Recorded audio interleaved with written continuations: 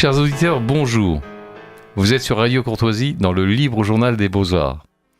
Donc aujourd'hui, j'ai l'immense plaisir d'avoir comme invité Nina Guetta. Merci.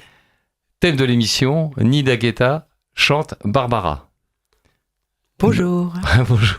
Et donc, on va expliquer pourquoi elle chante Barbara, mais d'abord, je vais quand même vous la présenter. Avec plaisir. Donc, musicienne depuis l'âge de 15 ans, Nina a commencé par des études de guitare classique avec Pedro Ibanez, qui l'ont amenée à découvrir la musique brésilienne et lui ont donné l'envie de chanter. De nombreux concerts s'en suivent, ainsi que l'enregistrement de 2 albums avec le guitariste Hervé Urtré.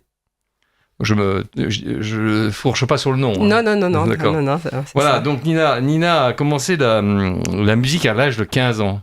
Tout à fait. Et la guitare. Et pourquoi alors Au travers de la guitare. Comment vous êtes venu à la musique alors, en fait? Donc, Il y a toujours un début. Hein. Oui, tout à fait. Donc la guitare. En fait, il y avait une guitare qui traînait à la maison. Mon frère aîné, qui a 5 ans de plus que moi, pratiquait la guitare, plutôt du blues, du rock. Et donc, à un moment donné, j'ai commencé à me saisir de cet instrument, puis à déchiffrer des morceaux. Je me rappelle de Maxime Le Forestier. Ah oui. Et je commençais tout doucement à les jouer sur la guitare. Mais à l'oreille? Oui, d'oreille, sans prendre de cours. Enfin, j'avais pas de formation musicale en dehors de celle qu'on nous enseigne à l'école. Et petit à petit, je me suis prise d'engouement pour cet instrument et j'ai décidé de prendre des cours de guitare classique au conservatoire de la ville que j'habitais, à Drancy, en fait. Et voilà, j'ai commencé par un apprentissage classique, comme beaucoup d'enfants, au travers, grâce au conservatoire qui existait à l'époque. Et donc, ça a été un apprentissage de guitare classique. Donc, mon premier prof s'appelait Max Pelta, je me rappelle. Et par la suite, j'étais musicienne, je pense, fondamentalement. J'étais bonne élève. J'ai toujours travaillé de façon très assidue. Et par la suite, Max Pelta m'a remise entre les mains d'un très très bon, d'un maître de guitare avec lequel j'ai continué mon cheminement, qui s'appelle donc Pedro José Ibanez. Et avec lui, j'ai gravi des montagnes au niveau de la découverte et de l'apprentissage de la guitare classique. Un grand guitariste. Un très grand guitariste. Il est à la retraite, nous sommes amis toujours, nous nous voyons de temps en temps. Bien sûr. C'est un grand monsieur.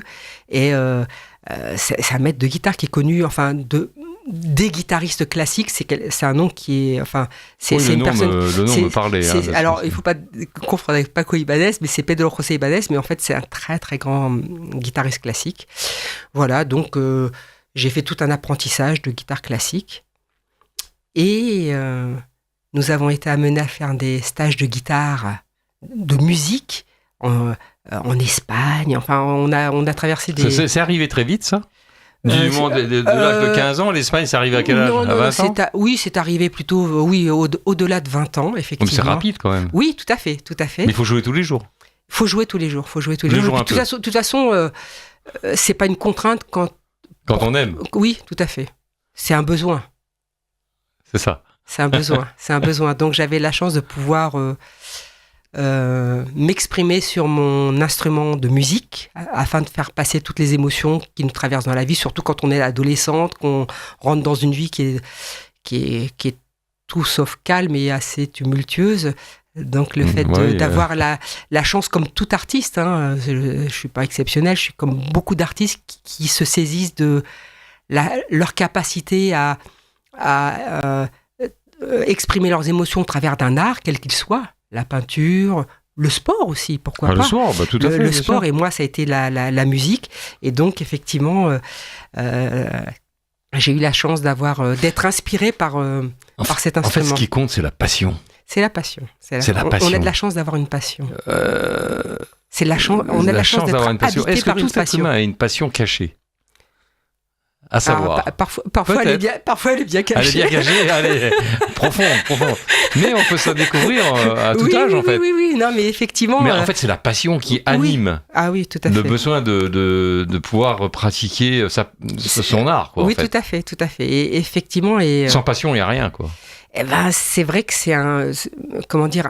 avoir la chance d'être habité par une passion, c'est un moteur dans la vie.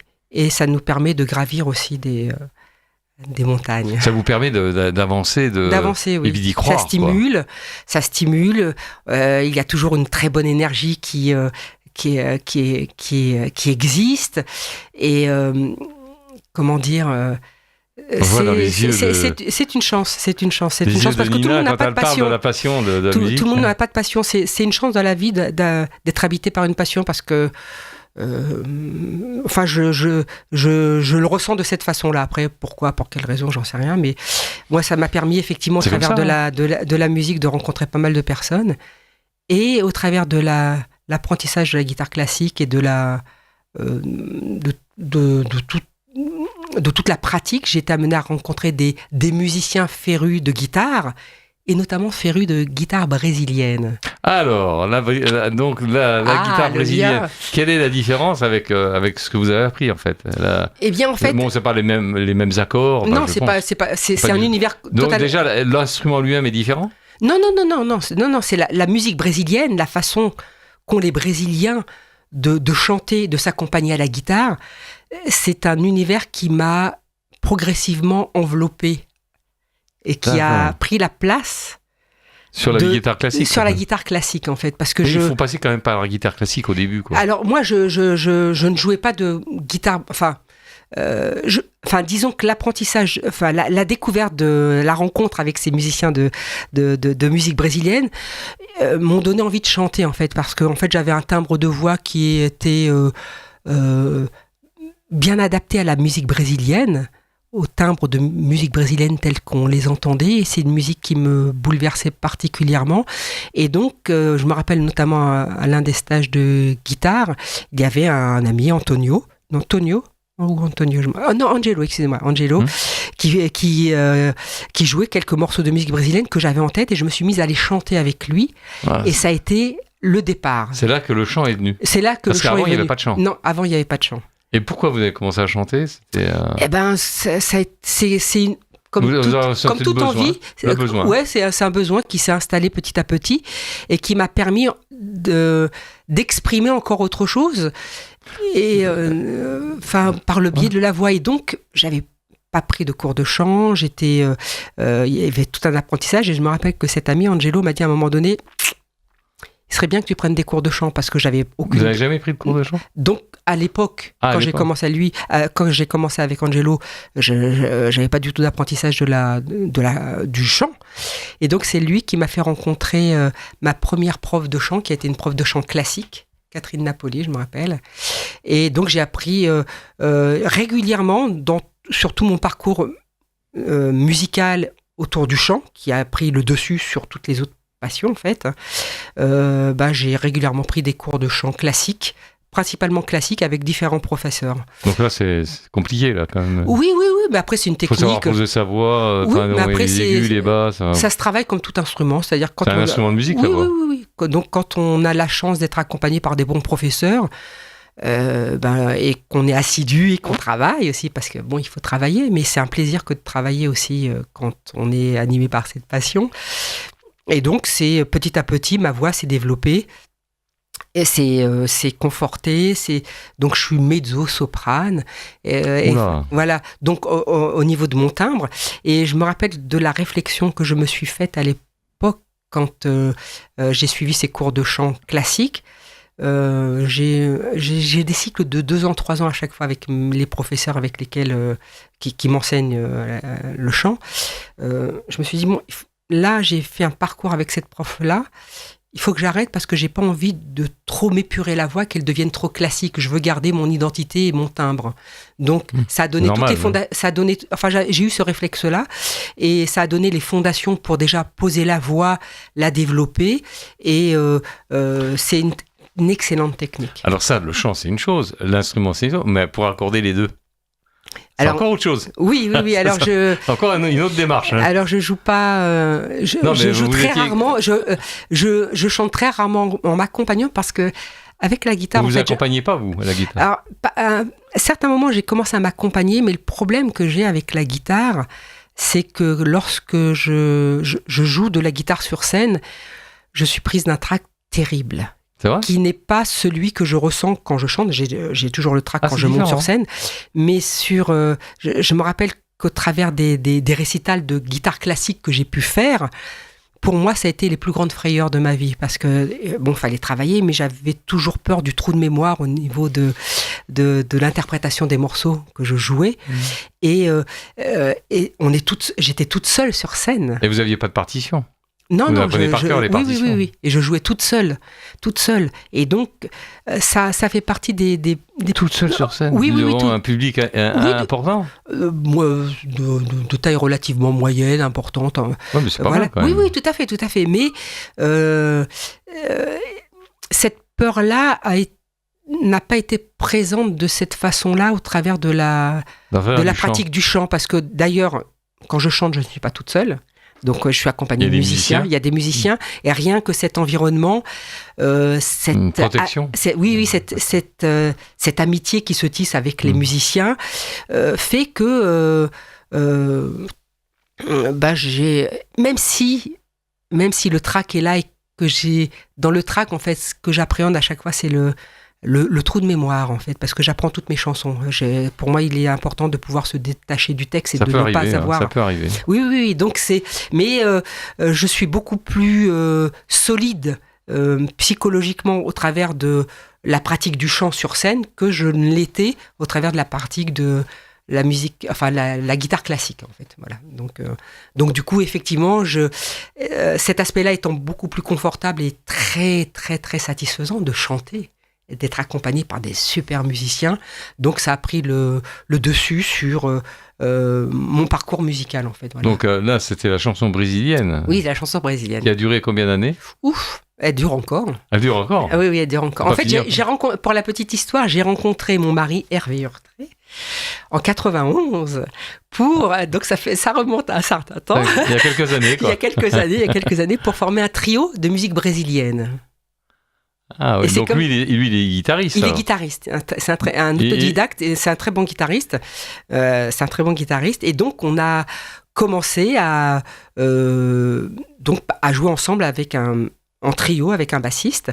Et donc, c'est en 91 qu'on a commencé à vraiment monter sur scène dans des restaurants, des cabarets,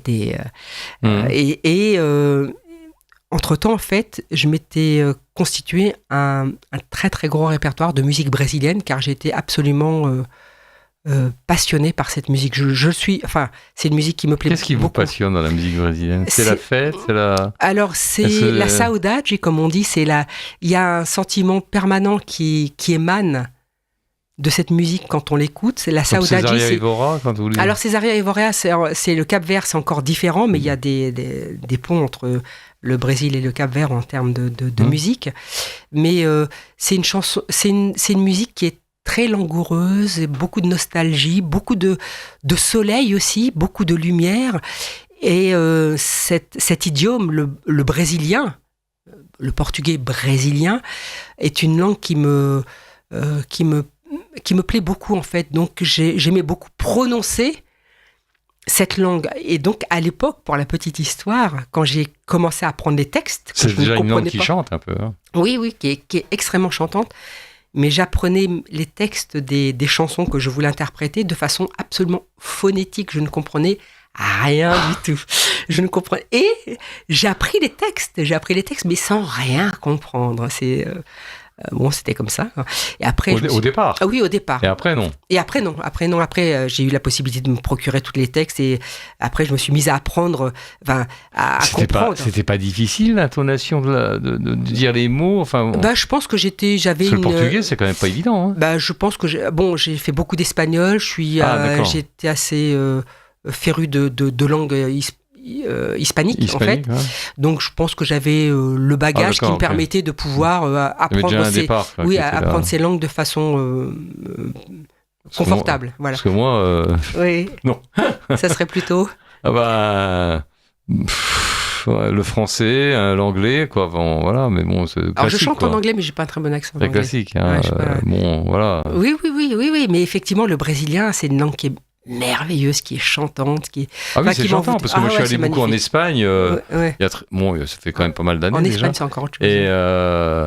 Bon, j'ai beaucoup entendu parler espagnol, Oui. j'y suis allé souvent. L'espagnol, c'est très chouette, mais c'est encore c'est très C'est différent différent. du portugais. C'est très différent. C'est pas du tout la même langue. Et c'est très différent du brésilien. Le brésilien est encore différent. Voilà, il y a encore une différence. Très différent. L'intonation, peut-être. Oui, l'intonation, la musicalité de la langue, c'est Parce très qu'au différent. Brésil, tout le monde chante là-bas. Oui, Tout le monde danse au Brésil. Oui, puis quand les monde, artistes, beaucoup de les personnes. guitaristes, Tom Jobim, les chanteuses, Maria Bethânia, Gaetano Veloso, Gilberto Gil. Ah bah Gilberto Gil.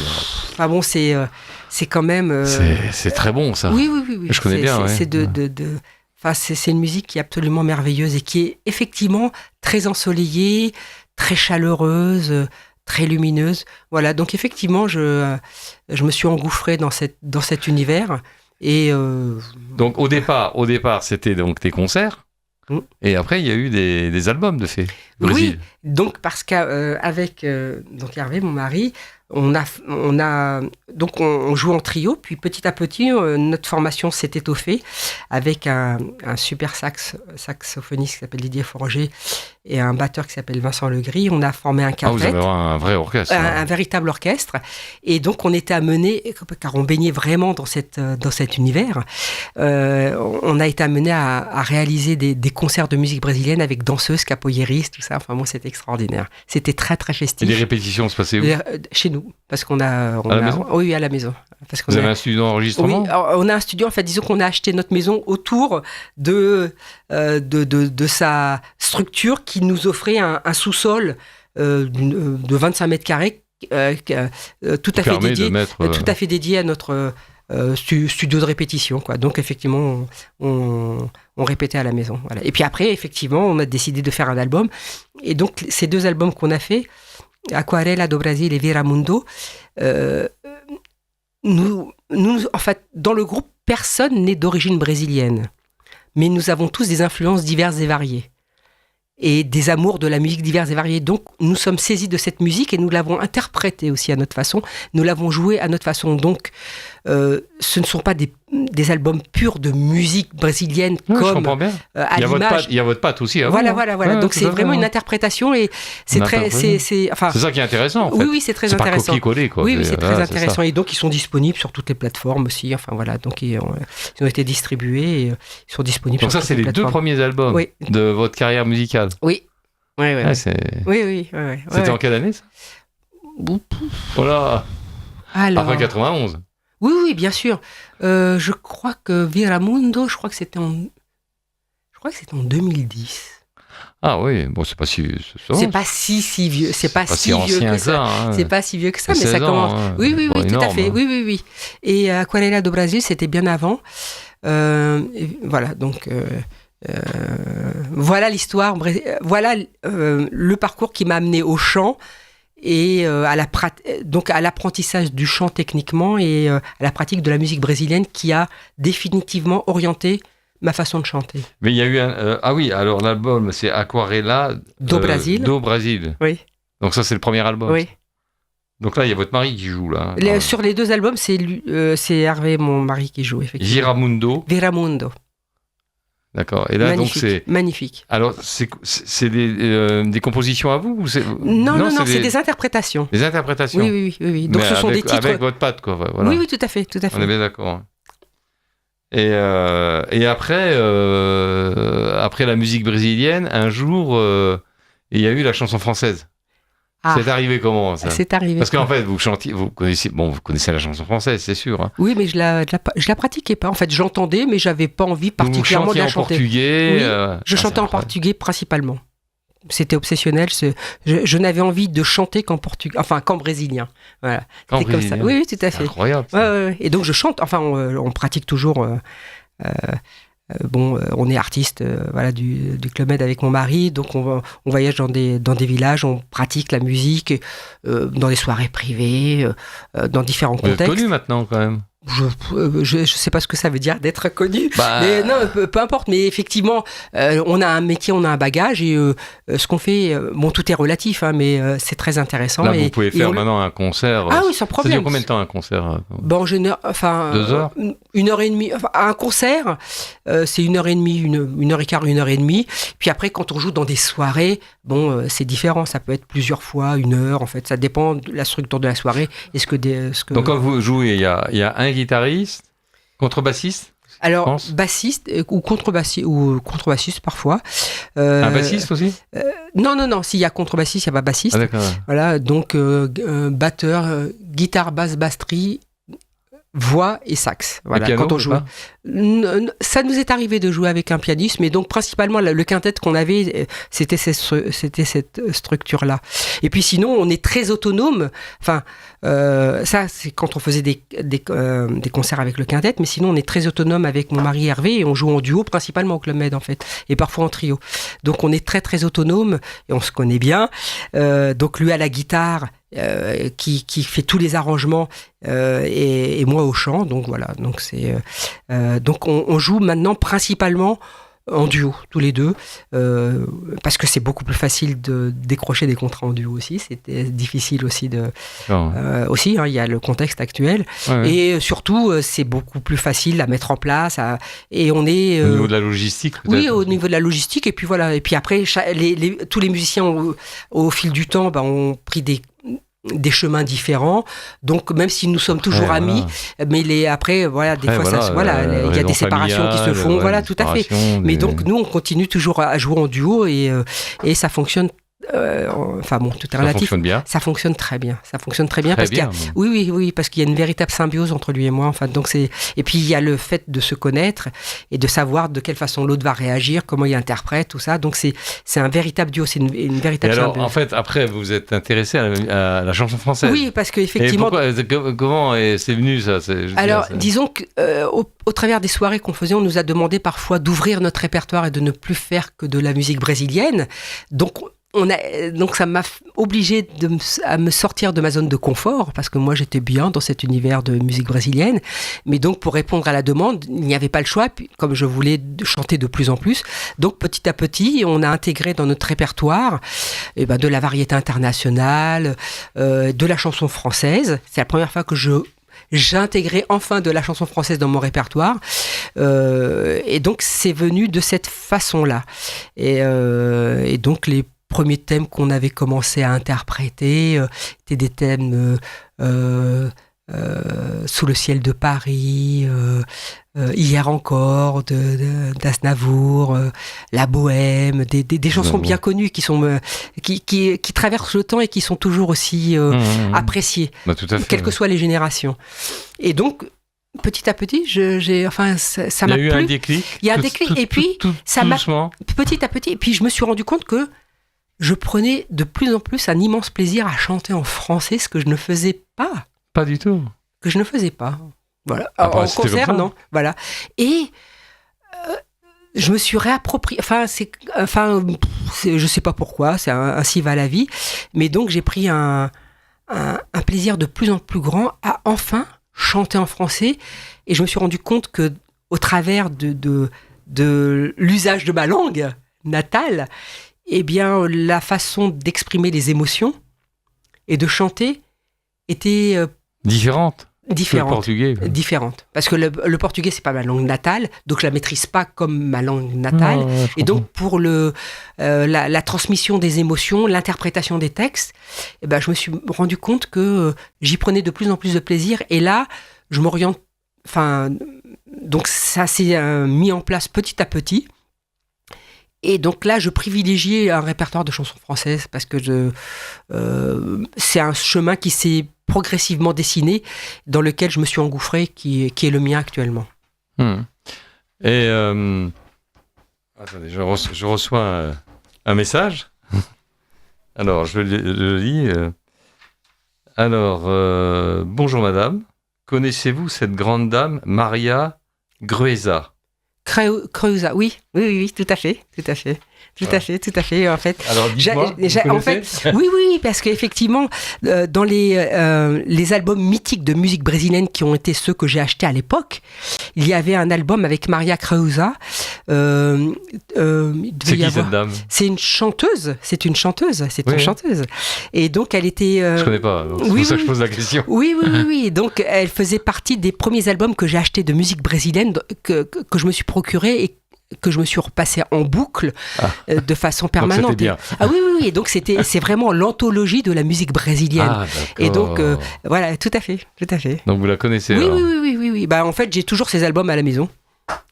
Donc alors il y a un album de fond noir et puis un album de mémoire vert. Mais bon, après, je me rappelle plus parce qu'il y a longtemps que je n'ai pas ressorti. Mais effectivement, ça a commencé avec cet artiste-là. Tout à fait. Ça a commencé là. Oui, tout à fait. Oui, tout à fait. Voilà, chers auditeurs. Oui, tout à fait. Nina vous a répondu. Avec grand plaisir. Donc, on était à la chanson française. À la chanson française. Alors, vous êtes... donc, la chanson française, c'est venu progressivement. C'est pas mal quand même. Interpréter des textes français. Oui. Il y a des grands auteurs en France quand même. Oui, magnifique. Aznavour, Brel. Magnifique. Et c'est venu progressivement. Et puis après, vous aviez pris goût. Et puis, vous avez commencé à faire un album aussi. Enivrez-vous, c'est ça ? Alors, en fait, ce qu'il s'est passé, c'est que... Vous avez d'abord fait des concerts en français ? Donc, on a intégré... Testé un peu ? On a intégré avec mon mari dans les concerts que nous faisions pour les soirées privées, publiques, de plus en plus de chansons françaises. Et j'avais de plus en plus envie de chanter. Mon mari n'avait pas la disponibilité suffisante pour m'accompagner sur tous les fronts et m'a recommandé m'a mis les mains entre les mains d'un autre musicien qui s'appelle Yann Viette, que j'ai rencontré, avec lequel j'ai décidé de travailler en fait. Donc je l'ai rencontré par hasard, est-ce qu'il y a un hasard dans la vie, je n'en sais rien, en tout cas nous nous sommes rencontrés et il a été d'accord pour prendre le relais de mon mari dans la continuité de ce que vous faisiez, de ce que je faisais et comme lui est particulièrement féru de chansons françaises, on a décidé de construire ensemble un répertoire de chansons françaises et je me suis mis en parallèle du travail que je faisais avec mon mari à travailler avec cet artiste, Yann Viette, qui est un excellent guitariste avec une musicalité extraordinaire et c'est la première fois que je jouais avec un autre musicien que mon mari. Et alors ? Et donc, je me suis rendu compte que c'était une très très belle ouverture parce que en fait, j'avais peur un petit peu au départ parce que c'est un guitariste de très haut niveau et moi je me sentais pas à son niveau. Je sentais un décalage psychologiquement et j'avais peur de ce qui allait se passer, de quelle façon la symbiose se mettrait en place. Et en fait, ça a très très bien fonctionné parce que musicalement et émotionnellement, on a un mode de fonctionnement assez semblable dans la façon d'interpréter les morceaux. Et donc, il y a une belle alchimie qui s'est développée. Et donc, j'ai pris un immense plaisir à travailler avec lui et à construire ce répertoire, effectivement. Donc, nous sommes rencontrés, je crois, en 2018. Et on a commencé à travailler ensemble, il me semble, vers 2018. Et à un moment donné, nous sommes construits un très très beau répertoire constitué... La chanson française ? Oui, constitué de morceaux de Aznavour, Gainsbourg, Brassens, Barbara. C'est la première fois que je chantais une chanson de Barbara. De l'émission, Nina Guetta chante Barbara. Dis quand reviendras-tu ? Voilà, ça a été la première fois. C'est dans Enivrez-vous, c'est ça ? Oui. Enivrez-vous, c'est l'album de chansons françaises. Oui, qui s'appelle Enivrez-vous. Le thème est bien trouvé. Pourquoi Enivrez-vous ? C'est un poème de Baudelaire. Oui. Donc mis en musique par Yann Viette. Et dont le thème me plaisait bien, c'est une façon de... Mis en musique, ça veut dire qu'il a composé la musique ? Il a composé la musique. Ah oui, quand même. Oui. Quand même. C'est très très chouette comme morceau. Et donc, effectivement, on a fait cet album de chansons françaises. Donc, le titre est Enivrez-vous. J'étais passé sur votre émission. Cet album est sorti en décembre 2023. Et donc, voilà. Donc, on y a interprété des poèmes mis en musique et Baudelaire, Guillaume Apollinaire. C'était très sympa. Et effectivement, des auteurs tels que, comme je vous l'ai dit, c'est pas évident Brassens, Aznavour, qu'est-ce que j'ai dit encore? Brassens, Aznavour, Barbara. Donc. Et effectivement, Barbara était la seule femme que j'interprétais dans cet univers masculin. Et là, c'est là que vous avez interprété la première fois un morceau de Barbara. Oui, Dis quand reviendras-tu. Dans l'album Enivrez-vous. Oui. Donc, dans cet album Enivrez-vous, le seul morceau de Barbara est Dis quand reviendras-tu. Et je me suis rendu compte qu'en concert, quand j'interprétais Barbara Dis quand reviendras-tu, c'est c'est un très bon. c'est... Oui, on peut le passer, non? Ou selon l'ordre que vous désirez, en fait, il n'y a pas de souci. Oui. C'est Dis quand reviendras-tu, c'est en troisième. Oui, on peut le passer. Qui est celui qui est en troisième position. Ok. Dis quand reviendras-tu. Chers amis de Radio Courtoisie, nous avons une grande nouvelle à vous annoncer. Nous sommes désormais disponibles gratuitement en podcast sur Spotify, Deezer, Amazon Music et Apple Podcast. Politique, société, religion, littérature, histoire et culture. Retrouvez désormais toutes vos émissions préférées directement dans vos téléphones.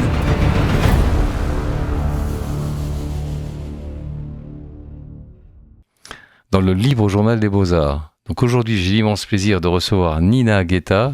Thème de l'émission, Nina Guetta chante Barbara. Donc on est sur Barbara. On est arrivé à Barbara. La musique brésilienne. La passion de la musique brésilienne, qui est toujours d'ailleurs qui est passion, toujours, hein. Et puis après la passion de la chanson française. Et un jour, dans le dernier album Enivrez-vous, vous avez chanté une chanson de Barbara. Et puis là, il y a eu un déclic. Oui, exactement, parce qu'en fait, c'était la parmi tous ces Barbara, c'était une chanteuse française. Bon, on connaît, hein. C'est pas... Tout à fait. Voilà. Et parmi tous ces tous ces auteurs chanteurs que j'interprétais. Barbara était la seule femme que j'interprétais dans mon album Enivrez-vous, et je me rendais compte que et les retours que j'ai eus sur scène quand j'interprétais Barbara étaient particulièrement chaleureux. Et, Barbara, oui, c'est pas étonnant, c'est pas étonnant. Oui, mais après disons que ces textes m'ont permis de peut-être plus particulièrement exprimer toutes les émotions que je ressens en fait, et donc effectivement il se dégage une émotion particulière lorsque j'interprète ce répertoire, mais je vous laisse en parler. Alors on a écouté Dis quand reviendras-tu, donc je précise aux auditeurs que c'est Nina Guetta qui chante, hein. Oui. Une voix extraordinaire, magnifique, hein. Merci. Donc donc Barbara est venue à la chanson, à la chanson comment? Parce qu'en fait c'était elle a tourné dans un film que Jacques Brel a mis en scène, France. Il a fait France, le Far West, et puis un autre film. Il a mis en scène France, et Barbara jouait dans ce film. Et elle composait déjà, et elle voulait que ce soit Jacques Brel qui chante ses chansons. C'est Jacques Brel qui lui a dit non, toi tu chanteras des chansons. Et c'est comme ça qu'elle est venue, qu'on connaît Barbara, quoi. Oui. Et elle souhaitait chanter malgré tout, depuis sa plus tendre enfance. Oui, elle chantait, mais elle avait peur de chanter en scène, de se mettre en scène. Elle voulait que ce soit d'autres personnes qui interprètent ses textes. Hein. Oui. Donc Monique Cerf. Hein. Oui, Monique Cerf, son prénom d'origine. Est-ce que vous l'avez rencontrée, Barbara? Non, je l'ai jamais vue sur scène. Mais bon, voilà. Quelque part, je l'ai rencontrée au travers de ce qui se passe actuellement, la découverte de son répertoire. Comme tout un chacun, et selon les générations, je connaissais Barbara, je connaissais certains de ses thèmes qui sont les plus connus, mais je n'avais jamais imaginé qu'un jour, j'aurais envie de chanter Barbara. Et puis oser, parce que quand même, c'est une artiste, mais tellement immense, bien sûr, tellement extraordinaire, que lorsque effectivement, à la suite de l'interprétation de Dis quand reviendras-tu, puis sur scène, on a commencé à intégrer d'autres chansons de Barbara, mon enfance, qui est un thème mais absolument mais splendide. Mmh. Donc on a décidé avec Yann Viette de monter un répertoire spécifique à Barbara. Spécifique à Barbara, et je voulais quelque chose de très épuré parce qu'effectivement, donc lui est guitariste. Je joue souvent avec Olivier Soubéran qui est le bassiste violoncelliste avec lequel nous produisons quand nous interprétons la chanson française. Et donc je voulais quelque chose en termes d'album, un album très très épuré avec donc c'est un album réalisé à la guitare et au violoncelle, sur des arrangements de Yann Viette, qui en est le directeur artistique. Mmh.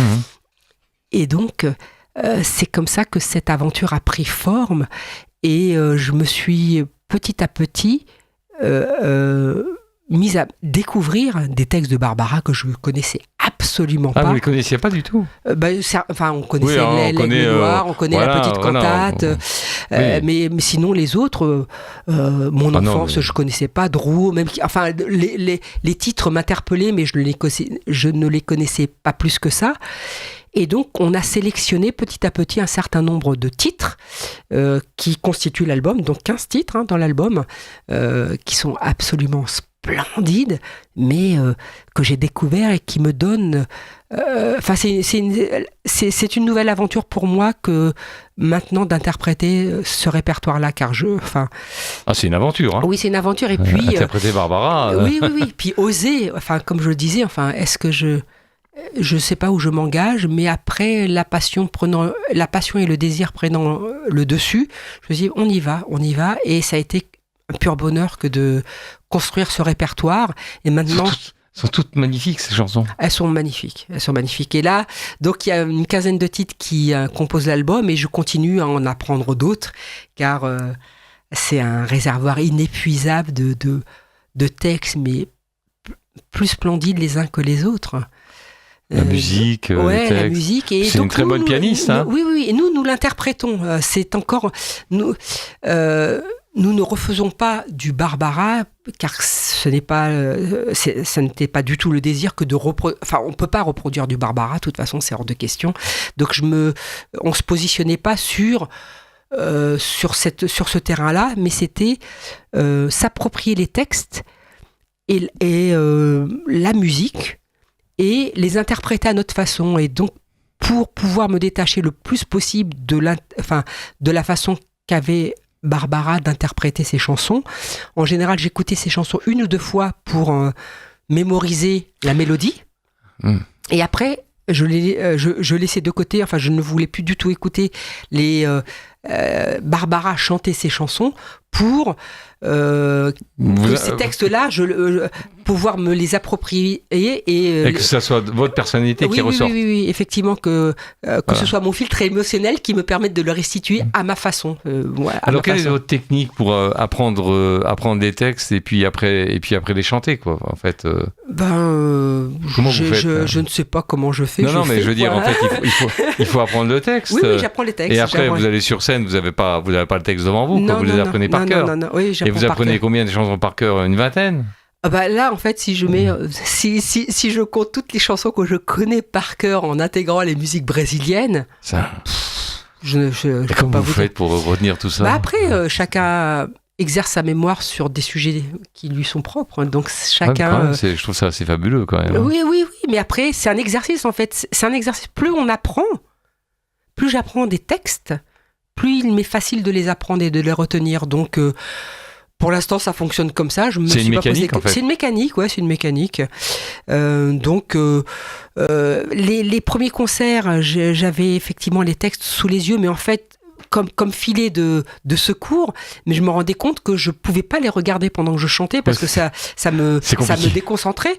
Et donc, petit à petit, je m'en suis détachée, mais j'ai toujours un peu cette peur au fond de moi. Mais ça demande, par contre, un travail énorme en dehors des concerts de répétition et de répétition.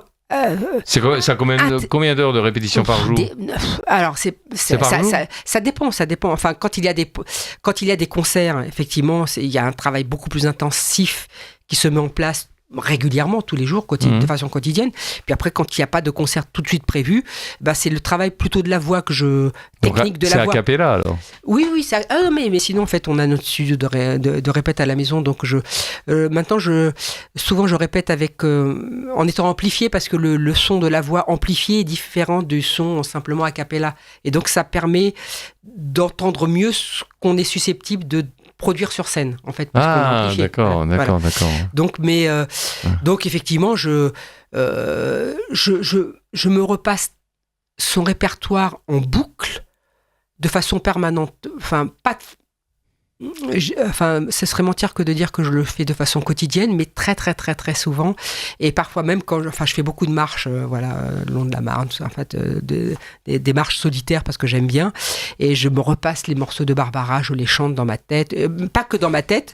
D'ailleurs, les personnes qui me regardent passer me voient chanter parce que voilà, il faut. C'est pas courant. Non, voilà. On devrait faire un peu plus. Hein. Oui. Mais donc c'est une façon de s'imprégner en permanence de ces textes pour avoir, comment dire, une réserve de sécurité pour gérer le trac qu'on peut avoir sur scène et affronter ce qui pourrait me déstabiliser sur scène et générer peut-être des trous de mémoire. Donc c'est un travail très intensif au niveau de la mémoire et de la pratique des morceaux. Il y a longtemps que vous avez commencé Barbara Alors Barbara, non, il n'y a pas très longtemps. Non, il y a pas je dirais il y a 2 ans. Il y a 2 ans, ouais, c'est récent. Ouais. Oui. L'album Enivrez-vous est sorti en 2023. Là, il y avait un seul titre de Barbara. Hein. Oui. Donc il sortait en 2023 et là, donc en juin 2026, j'ai sorti cet album sur Barbara. Donc il y a 3 ans qui se sont écoulés, donc je dirais 2 ans et demi, j'ai dû commencer vraiment à m'atteler dès dès la sortie de mon précédent album à nous constituer un répertoire autour de Barbara. Donc ça a été assez rapide et obsessionnel, hein, on dira ça comme ça. Quand on voit Barbara sur scène, il y a une magie qui se dégage. Ouais. C'est un peu magique. Oui, elle nous enveloppe. C'est pas un peu, c'est magique. Hein. Oui. On est enveloppé. Oui. Elle nous transporte dans ses émotions à elle, et puis... ça doit compter, ça, pour l'interprétation chez vous, ça? Bien... Parce que vous avez regardé des vidéos où elle chante Non. Alors, j'en ai vu, effectivement, quand j'ai décidé... quand les titres ont été sélectionnés, j'ai effectivement vu les vidéos où elle interprétait ses chansons. Donc, effectivement, on la voit très... partie dans ses chansons au niveau du regard, au niveau de sa façon de les interpréter. Et moi, j'ai ma façon... Alors, vous pourriez voir sur mes chaînes YouTube... tout est relatif, je me comparerai jamais, mais voilà, j'ai une façon de me les approprier et de voyager dans l'univers des textes qu'elle a su construire et qui sont fabuleux et qui traduisent toutes les émotions de la vie et qui nous permettent, en tout cas, qui me permet à moi, et je pense à beaucoup d'autres, d'exprimer toutes les émotions qui nous traversent. Donc, comme je disais, en fait, elle parle de... Bon, ces textes sont particulièrement nostalgiques. Bon, il y en a... des messages dans ces textes, c'est que ça. Hein, oui. Alors, il n'y a pas que ça. Il y a pas que ça. Les insomnies, Joyeux Noël. Il y a des chansons qui sont guillerets. Je pense qu'elle avait plein d'humour. Oui, c'est possible. C'est possible. Je l'ai pas connu, mais bon. C'est possible. Mais comme je disais, en fait, elle interprète toutes les émotions de la vie, la tristesse, l'amour, le chagrin, le désespoir, mais jamais de haine. C'est-à-dire qu'elle... Non, elle n'est pas... Jamais de haine. Jamais de haine. Mais c'est vrai. Et ça, c'est extraordinaire, car c'est quelque chose... Surtout qu'elle a connu des moments un peu terribles dans sa vie. Hein. Terrible. Et donc, jamais de haine. Et donc, ces textes sont empreints d'amour, quel qu'il soit, quelles que soient, malgré tout, les émotions qu'elle traduit. Et donc, je ne sais pas pourquoi, peut-être que ça a résonné particulièrement en moi, je ne sais pas, mais en tout cas, moi, ça m'a permis d'exprimer aussi toutes ces émotions qui sont en moi, à ma façon, car c'est à ma façon. Je ne suis pas Barbara, je ne serai jamais Barbara, évidemment. Bah. Mais voilà, mais c'est évident. Mais donc, au travers de mon filtre émotionnel, je restitue ces textes qui sont fabuleux, et c'est une façon pour moi aussi, pourquoi C'est une pas, façon de ne pas l'oublier, effectivement, de réinterpréter des grands auteurs comme ça. De perpétuer ses textes. Mais c'est très bien. Oui, tout à fait. Et ça peut permettre, effectivement, au travers des arrangements qui sont les nôtres, qui sont teintés de mon côté de ma culture brésilienne en termes de timbre, Tout à fait, et des influences jazzy des musiciens qui m'accompagnent, mais tout en respectant, en ne dévoyant pas la culture musique, comment dire, je ne sais pas quel mot utiliser, mais en ne dévoyant pas la culture musicale de Barbara. On en fait une interprétation, nous en faisons une interprétation qui, en tout cas, qui résonne en moi, et qui, au travers des concerts que j'ai pu faire, qui touche particulièrement les personnes, en fait. J'ai réussi dans les quelques concerts que j'ai fait. J'espère qu'il y en aura plein d'autres, parce que c'est une aventure. Vous avez fait combien de concerts sur Barbara ? Pour l'instant, j'en ai fait juste 3. Après, je fais beaucoup de répétitions, voilà, je travaille beaucoup. Et il y en a d'autres qui sont prévus, d'autres en gestation. J'attends que les contrats soient signés. Donc, chers auditeurs... les programmations sont indiquées sur mon site. Nina... Ah, d'accord. On peut voir les programmations. Oui, on peut vous contacter aussi sur votre site. Tout à fait. Donc, mon site, c'est ninaguetta.fr, NINAGUETA.fr. Et donc, il y a tout mon parcours musical. C'est attaché, Nina Guetta ? Oui, ninaguetta.fr, oui, tout à fait. Et donc, effectivement, il y a toute mon aventure musicale, tous les répertoires que j'interprète, la musique brésilienne, la variété internationale, et une page dédiée à Barbara, avec des vidéos réalisées en concert, et effectivement apparaissent sur le corps de texte toutes les programmations. Et comment le public a reçu l'interprétation de Nina Guetta de Barbara ? J'ai été émerveillée, car... Parce qu'en fait, je dis interprétation, mais il y a aussi la patte de Nina Guetta. J'ai été émerveillée par le... Comment le public a reçu Ça a été extraordinaire pour moi. Ça a été des moments des moments de grande joie ? De grande joie et d'émotions intenses, car il n'y avait plus un bruit dans la salle. Le public a été conquis, en fait. Le public qui est venu m'écouter, a été conquis, en tout cas au travers... Tout de suite, je ne sais pas, mais en tout cas au travers de l'interprétation. Puis à la fin du concert, c'était assez dithyrambique, en fait, les retours que j'en ai eus. Il y a des personnes qui avaient des larmes aux yeux, qui sont parties parfois même... Ça, je crois bien. Qui sont parties même... parfois au milieu du concert, tellement elles étaient émues. Donc, écoutez, moi, je ne fais que constater, et c'est pour moi une grande joie et quelque chose d'extraordinaire que de réussir à faire passer ces émotions-là, et que les personnes les reçoivent. Mais rendez-vous est pris. Moi, je veux bien venir voir le concert de Nina Guetta interprété Barbara. Avec grand plaisir. Donc, effectivement, ce sera vraiment un grand plaisir. Les premiers concerts qui ont été déjà actés, en fait, qui sont en 2027 qui fêteront, entre guillemets, qui rendront hommage à Barbara pour les 30 ans de sa disparition en 2027. Donc, déjà 30 ans. Oui. Ouais. Donc il y a pas mal d'événements qui s'organisent cette année, je le vois. Il y a pas mal d'interprètes de Barbara, chacun le fait à sa façon, et toutes les façons sont aussi belles les unes que les autres. Mais je vois qu'il y a pas mal d'événements qui s'organisent. Et donc moi j'ai un concert en janvier 2027 à Saint-Maur, au Théâtre de l'Abbaye à Saint-Maur, et en mars 2027 au Théâtre de Fontainebleau. Voilà, pour interpréter Barbara. Voilà. Donc, et les autres programmations qui ne manqueront pas, j'espère, de venir implémenter le calendrier sur mon site, j'espère seront nombreuses. Voilà. C'est un souhait. J'ai un message. Bonjour à tous, très belle émission.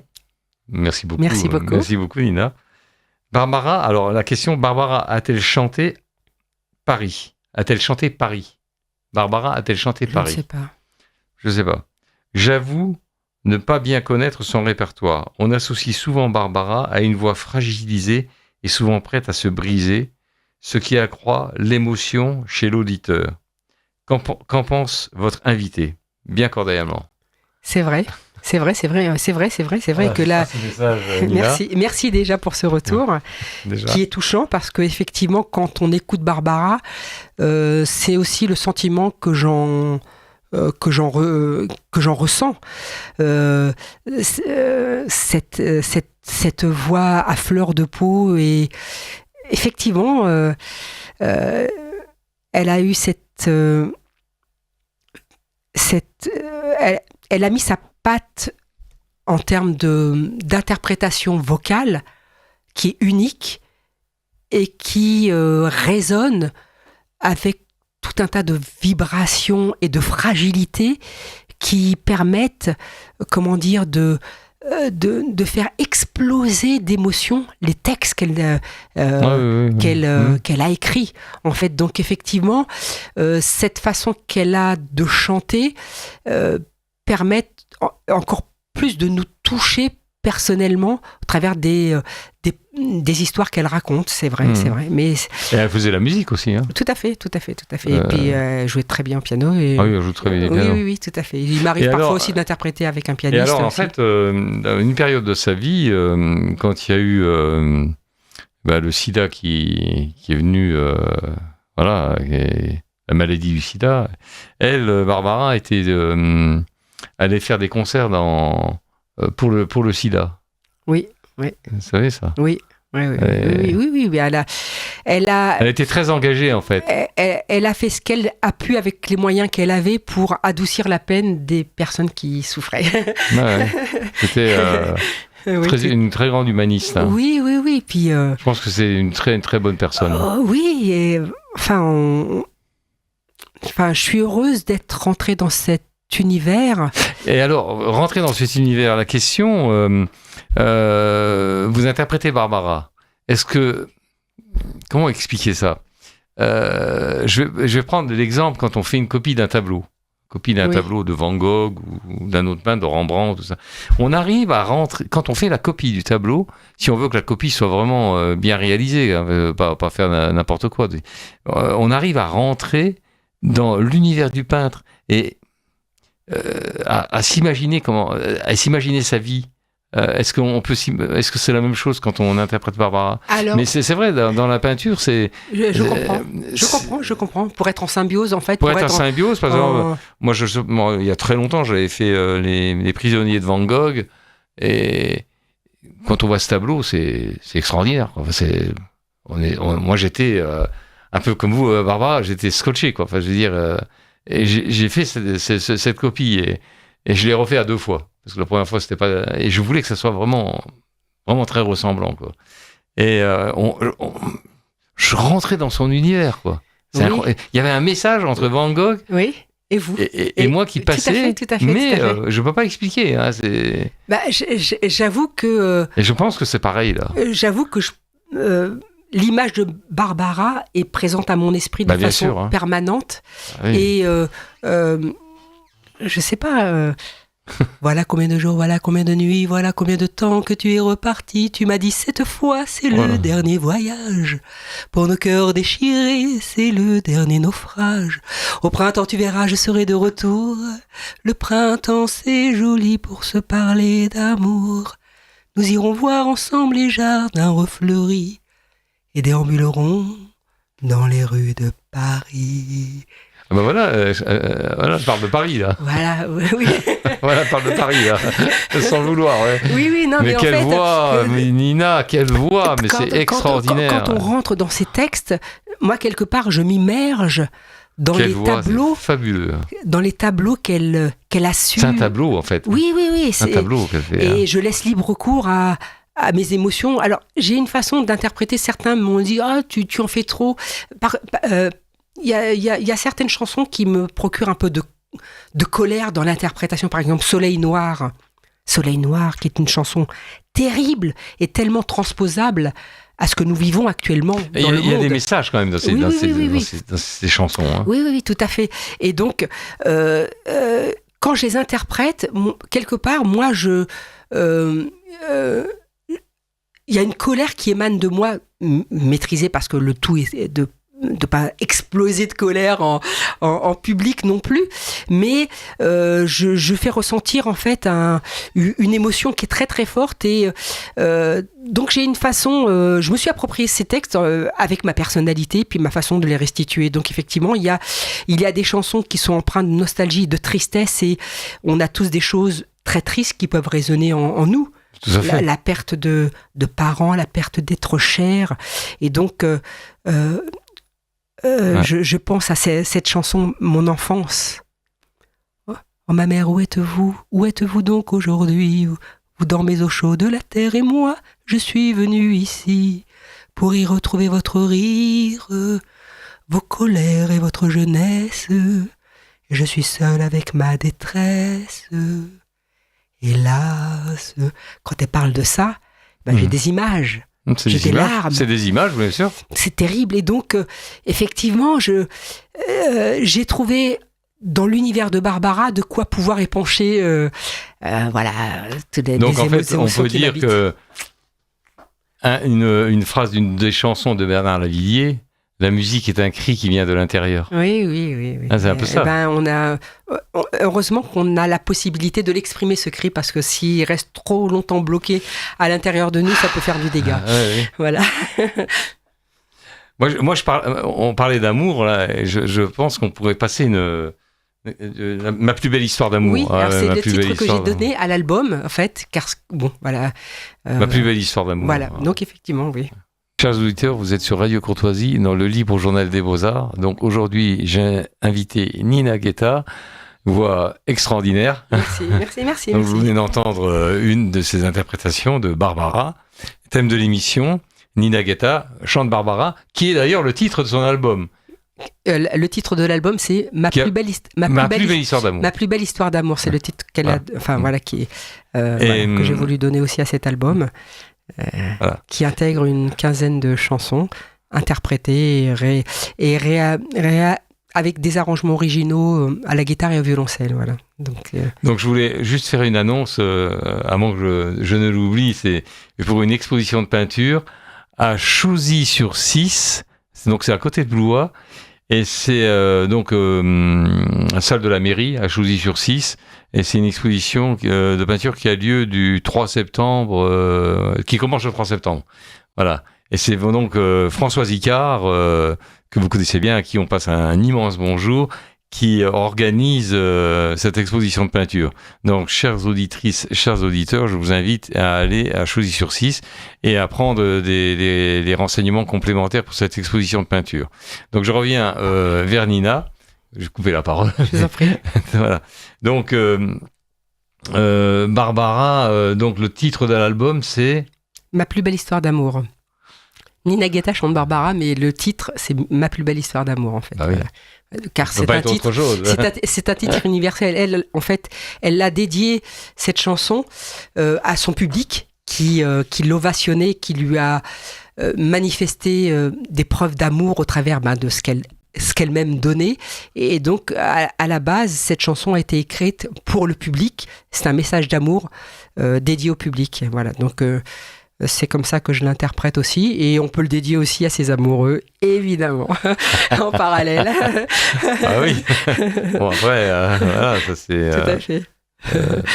Mais elle a beaucoup défendu donc des causes humanitaires, hein, Barbara. Oui, faut quand même le savoir. Bon, le sida, bien sûr, elle a fait beaucoup de concerts dans les prisons aussi, prisons de femmes.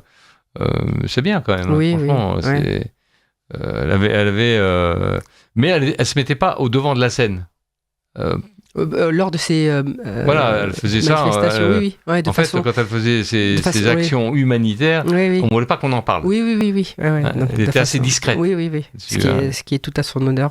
Ah bah oui, c'est tout à fait à son honneur. Elle n'était pas à la une du journal télévisé. Oui. C'est ça que je veux dire. Oui. Voilà. Et donc là, vous avez fait quelques concerts de Barbara, 2, on a dit. Non, j'en ai fait 3 déjà 3 de concerts, donc effectivement, ouais, j'en ai fait déjà 3, enfin l'année dernière. Donc on lance un appel si. Ah oui. Alors, on lance un appel si des personnes, des organisateurs de spectacles vont être très certainement intéressés par votre spectacle de Barbara, mais c'est sûr. Bah oui, donc Ça peut pas être autrement. vous pouvez effectivement naviguer sur mon site où il y a Alors, les votre liens site, YouTube. Donc c'est mon site ninagueta.fr, NINAGUEDTA.fr, où il y a également en fait donc tout mon parcours artistique et effectivement tous les différents répertoires que j'ai pu interpréter jusqu'à présent, dont une page dédiée à Barbara. Il y a ma chaîne YouTube sur laquelle il y a des playlists.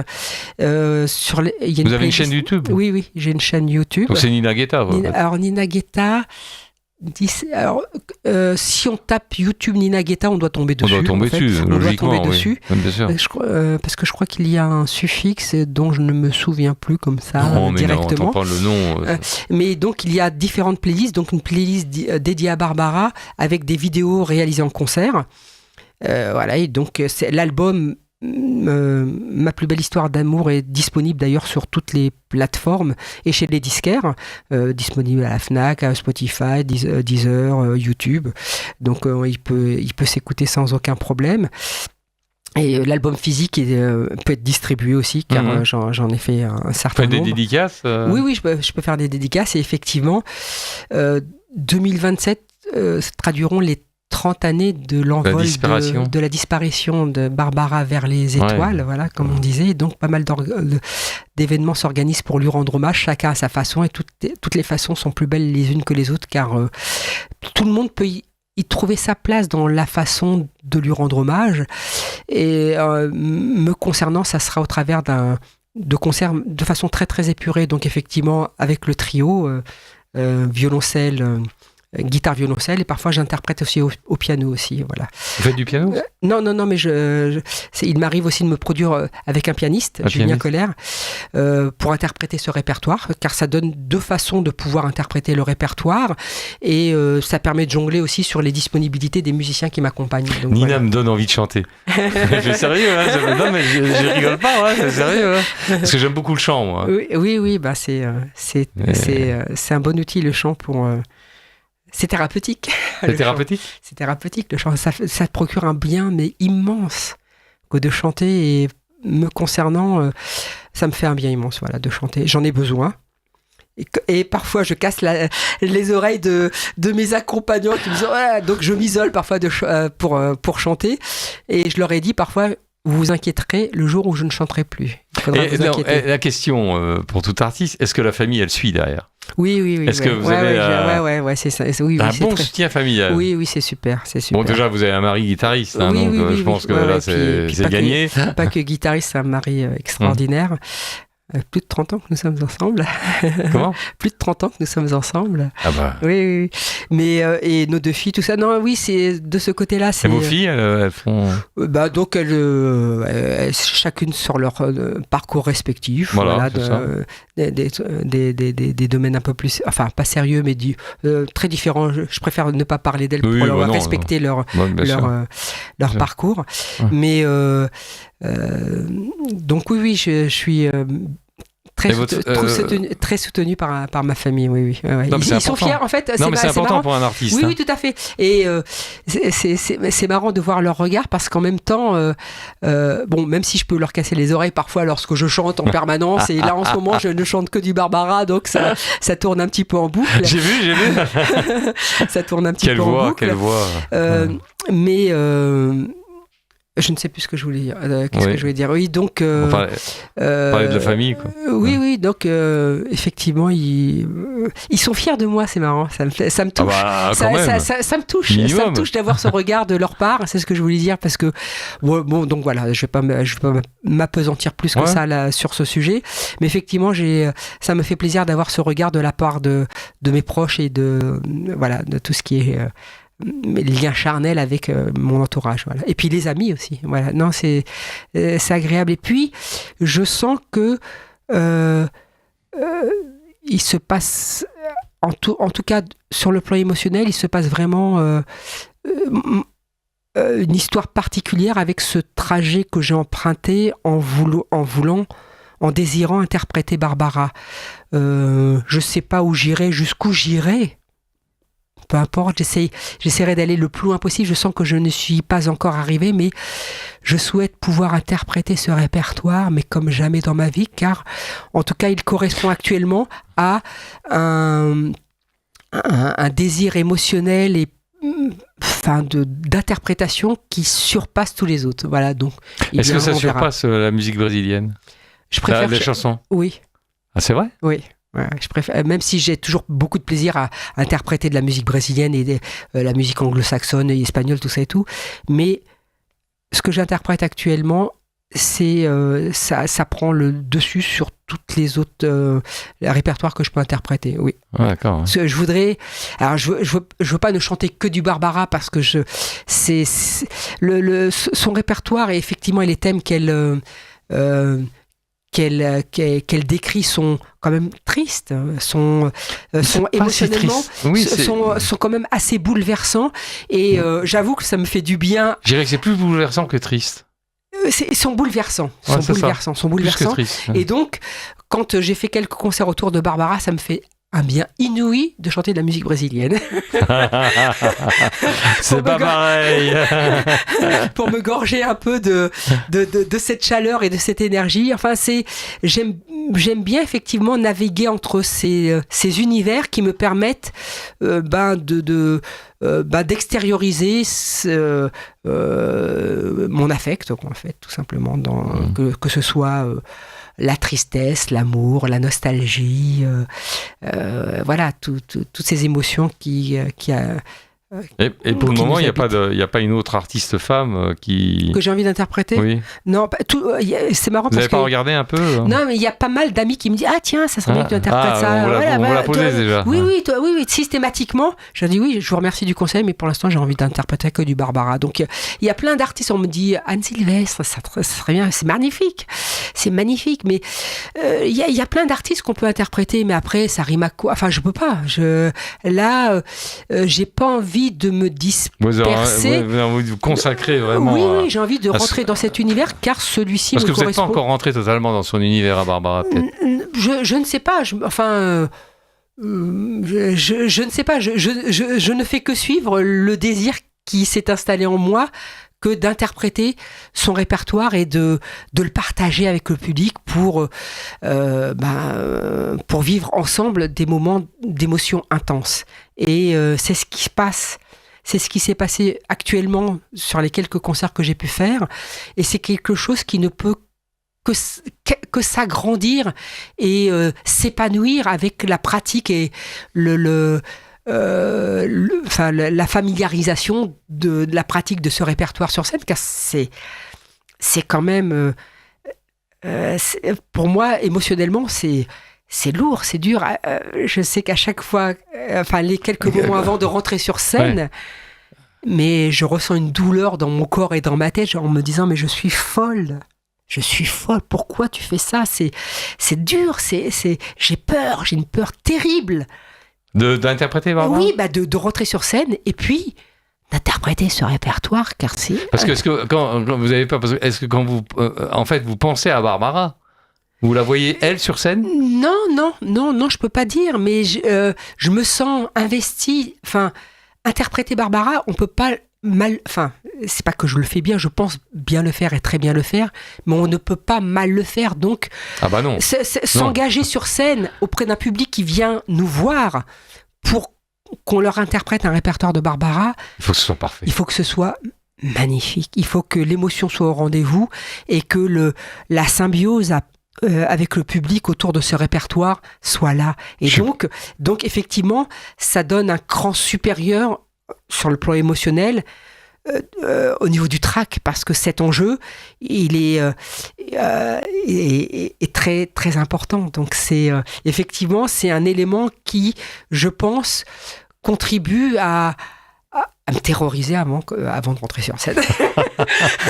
Mais bon, par contre, une fois qu'on s'installe, que la musique sonne et qu'on commence à chanter et qu'on fait abstraction de tout le reste. On fait le vide. On fait abstraction de tout le reste et on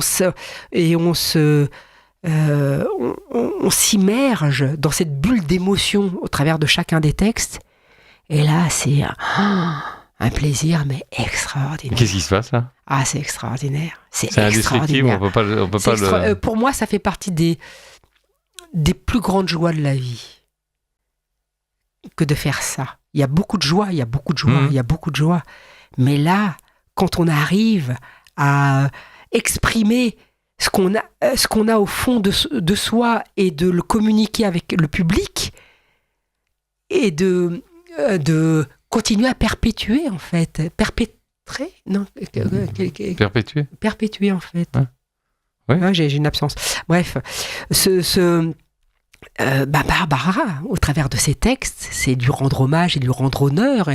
Je le fais avec un respect et une humilité infinie vis-à-vis d'elle, qui continue. Je me dis, en fait, Barbara, au-delà de toute frontière, elle continue à nous inspirer. Bien sûr.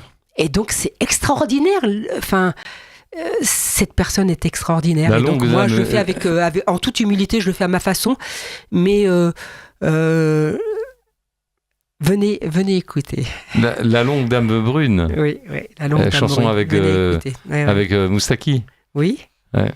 Qui était aussi un grand ami de Barbara. Oui, tout à fait. Bon, écoutez, je ferai ce que je peux, du mieux que je peux. Mais on le sent, de toute façon. Oui, mais la motivation de Nina, c'est extraordinaire quand même. Ouais, c'est une belle aventure. Merci de m'avoir invité pour en parler, parce que c'est quand même bien pour moi de pouvoir l'exprimer. Quand on en a parlé, je dis Barbara, bien sûr. De pouvoir l'exprimer. Et j'espère que j'aurai l'occasion de maintes fois. On va lancer encore un appel, si des directeurs de salles sont intéressés par le spectacle de Nina. Un immense plaisir que de partager ça avec un public en toute... Est-ce que le public est nécessaire pour vous ? Ah oui. Oui. Oui. Je peux chanter simplement chez moi, ça ne me suffirait pas. J'ai besoin de communier. Enfin, depuis que je chante... Il y a une communion avec le public. Oui. Et j'en ressors. Alors, autant avant de rentrer sur scène, je suis terrorisée. J'ai mal dans mon corps et dans ma tête. C'est une épreuve. C'est une très grande épreuve.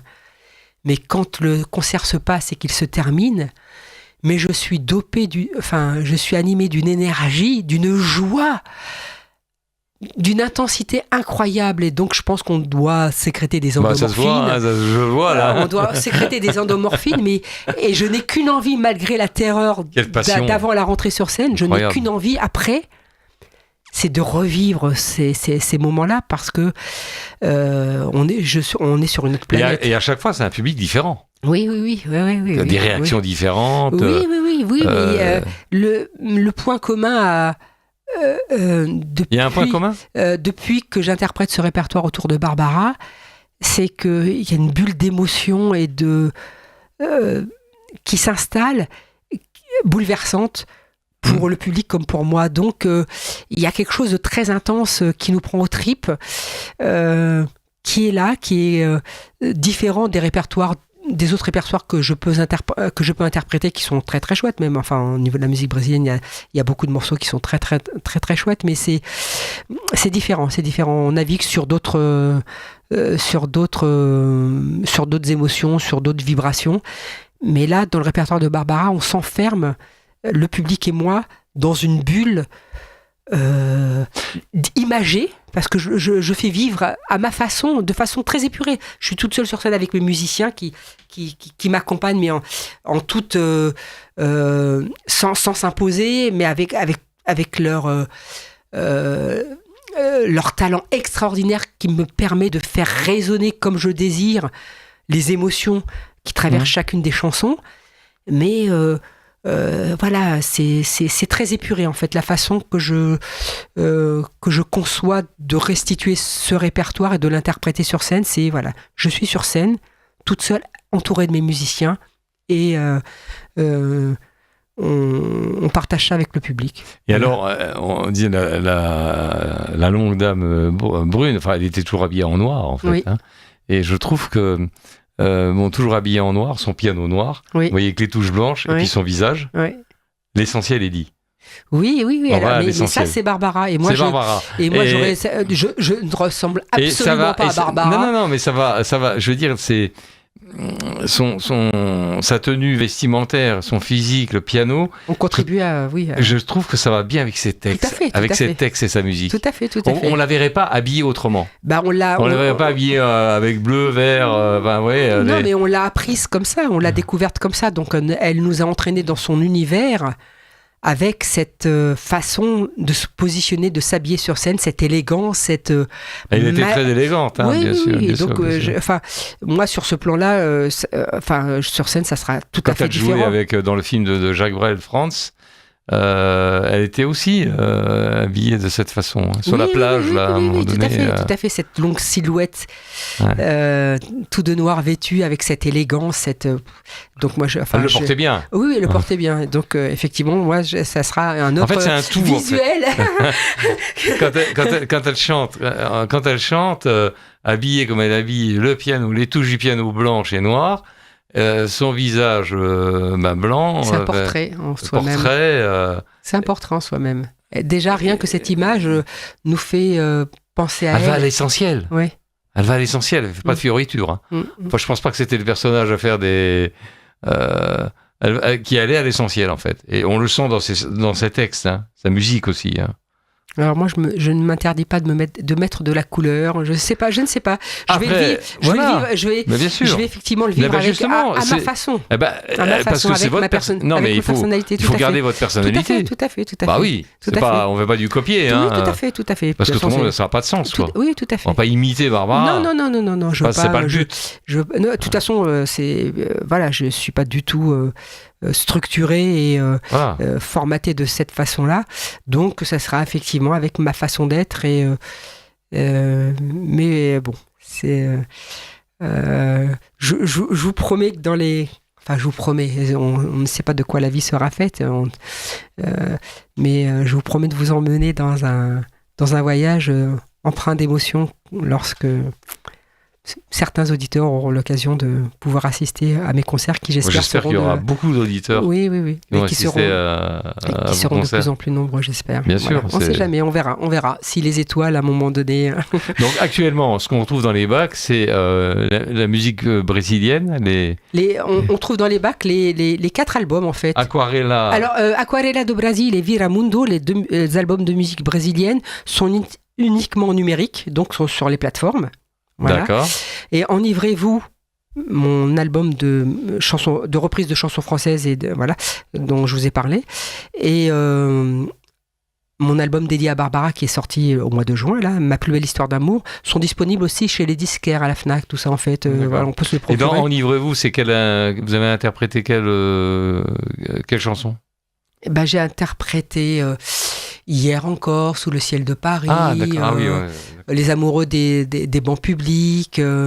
Les morceaux sont très très chouettes, très très chouettes. Ça a été une belle aventure que de s'engouffrer dans cet univers de chansons françaises qui m'a amené jusque-là. La chanson française, c'est quand même assez fabuleux. Oui, mais c'est marrant en fait. Oui, tout à fait. Et les textes sont... Qui ont été repris par des très grands, Frank Sinatra, Elvis Presley. Il y a quand même beaucoup de... Gilbert Bécaud aussi. Oui, les textes sont riches, le parler est magnifique, est très imagé, la composition... la composition des chansons est magnifique, les musiques sont fabuleuses. Ça a été vraiment un tremplin c'est marrant, qui m'a amené à Barbara pour l'instant, donc je sais pas jusqu'où j'irai, mais comme je dis sur mon site, mon site ninaguetta.fr, je vous invite à un voyage, en tout cas au travers de mon parcours, de Tom Jobim à Barbara, qui m'a amené jusqu'à Barbara. Je ne sais pas si j'irai plus loin. Mais en tout cas, cette aventure... Pour le moment, c'est l'aventure. Oui, cette On aventure, est en plein dedans, là. Cette aventure autour de Barbara, je souhaite la vivre. On verra ce que la vie m'offrira et les possibilités que j'aurai. On verra. Des bonnes choses. J'espère, je souhaite. Que des bonnes choses. Je souhaite. Je le souhaite. On verra. Ouais, c'est sûr. Rien n'est jamais acquis. Avec Barbara. Rien n'est jamais acquis parce que ça dépend de tellement d'éléments qu'on ne maîtrise pas. Donc, je ne sais pas. Mais en tout cas, je m'y attelle. Je fais tout ce que je peux de mon côté avec moi, mes tout petits moyens. Ce que j'admire chez Nina, c'est sa passion. C'est incroyable. On rencontre, je connais beaucoup d'artistes dans tous les domaines, mais en général, l'artiste est passionné. Mais une passion comme ça, c'est quand même un peu plus rare, quand même. Merci. Telle passion qui c'est extraordinaire. C'est une raison de vivre. Une raison de vivre. On le sent. C'est une raison de vivre. C'est extraordinaire. J'ai pas de mots, quoi. Merci. Si vous la partagez, si je voulais faire ressentir, c'est pas. Et moi, je suis prêt à venir voir un concert de Nina Guetta, qui mérite vraiment de faire des concerts dans toute la France. J'espère. Je souhaite ardemment et je l'espère. Vous voulez pas passer un autre morceau? On va passer un petit morceau de Marianne Bad. Donc aujourd'hui, je reçois Nina Guetta, thème de l'émission. Nina Guetta chante Barbara. On arrive au terme de l'émission. En fait, déjà, ça a passé. J'ai pas pu passer. En fait, 1h30, Nina a une telle passion, un tel engouement. Il y a pas de mots, quoi. Et donc, je lui laisse ce dernier mot pour la fin de l'émission. Eh bien, déjà, je vous remercie de m'avoir invité, pour m'avoir permis de parler de cet album qui est pour moi une chance dans la vie que d'avoir pu dédier un album à Barbara, avoir osé chanter Barbara, oser chanter les textes de cette grande dame. Il n'y a que celui qui fait rien qui prend les plus grands risques. Tout à fait. Et donc, pour moi, cet album est magnifique. Je vous le dédie. Et mon plus grand souhait, c'est de pouvoir l'interpréter sur scène comme jamais sur ce parcours de vie qui est le mien, et de pouvoir partager cet univers absolument bouleversant qui est celui des textes de Barbara avec le public, avec vous, au travers d'arrangements, comme je le disais, qui sont absolument magnifiques. Cet album a été réalisé sous la direction de Yann Viette, et j'interprète effectivement au violoncelle et à la guitare avec Yann Viette et Olivier Soubéran, et parfois aussi au piano avec Julien Collère. Voilà. Chers auditeurs, on arrive à la fin de l'émission, donc je veux remercier Benoît à la technique, parce que je ne le fais pas assez souvent, mais sans Benoît, l'émission n'aurait pas lieu. Donc voilà, on remercie Benoît, Nina, c'était fabuleux, merci. Franchement fabuleux. Donc, vous appréciez cette émission? Plongez dans toutes nos autres émissions filmées, débats. On est devant un régime qui, parce qu'il est désavoué par la population, se radicalise comme jamais et se donne les moyens de mater le peuple, avec cette vieille idée qu'il suffit de mater les rebelles pour décourager le peuple et qu'on passe à autre chose. Et c'est, je pense, moins le calcul que le réflexe qui joue dans l'esprit de l'extrême centre de la classe dominante. La note de Terra Nova dit d'ailleurs avec un cynisme vraiment désarmant, on dit écoutez, il faut changer de peuple pour la bonne raison que le peuple vote mal. Histoire. Au voyage de Laetitia Bonaparte à Rome en 1804, au moment du sacre, il se trouve qu'à ce moment-là, elle avait été accueillie par le pape et qu'il avait écrit une lettre à Napoléon pour lui dire à quel point il avait trouvé sa mère absolument formidable. Donc il avait beaucoup d'estime pour la mère de l'empereur. Littérature, politique. Peut-être verrons-nous cela à l'avenir. Des Européens qui, ne pouvant plus trouver de quoi survivre et se développer dans leurs anciennes morphologies politiques telles les nations, auront la nécessité de se rassembler dans de nouvelles organisations qui dépasseront le cadre des frontières que nous connaissions, qui dépasseront le cadre même des continents que nous connaissions, et on verra des choses surprenantes. Mais c'est toujours pareil, qu'est-ce qu'on fait de toutes ces chaînes qui ont été supprimées, de tous ces gens qui ont subi cette répression, alors qu'en fait ils étaient dans le vrai? Les gens ne croient plus les médias traditionnels ou la parole du gouvernement, ou même, et c'est là où ça devient dingue, la parole des scientifiques. La foi au sens plénier, c'est pas seulement l'affirmation d'une vérité, c'est le fait de s'engager pour cette vérité, c'est le fait d'aimer cette vérité et d'aimer l'objet de cette vérité, Dieu. Des émissions pour comprendre, réfléchir et transmettre. À retrouver sur cette chaîne YouTube.